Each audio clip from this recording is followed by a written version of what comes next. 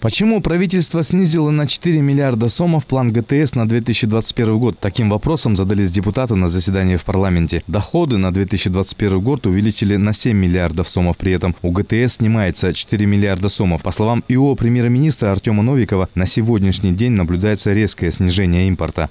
Мы должны изменить подход к формированию бюджета, где все социальные обязательства, обслуживание государственного долга и другие расходы по защищенным статьям бюджета должны финансироваться только за счет налоговых доходов. Внешняя помощь исключительно будет направляться на развитие экономики и на возвратной основе.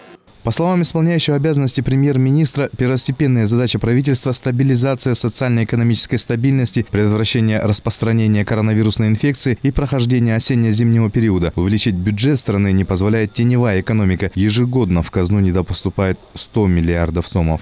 Максималдуу түрдө кыскартышыбыз керек. Максимально мы должны сокращать бюджет, госаппарат, проверяющие органы. Во-вторых, нужно проводить реформу в налоговой сфере. Купил товар, выплатил налоги. В будущем году экономика страны, возможно, восстановится. Планируется увеличить ВВП на несколько процентов. Самое главное – стабильность.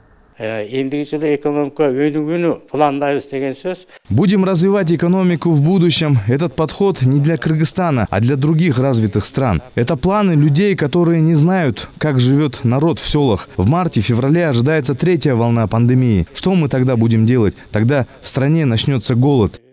По словам экономистов, бюджет необходимо рассматривать и планировать, опираясь на науку. На это требуется минимум 4-5 лет. Бахтыль Кучуманов, Калыс Сакибаев, Нью ТВ.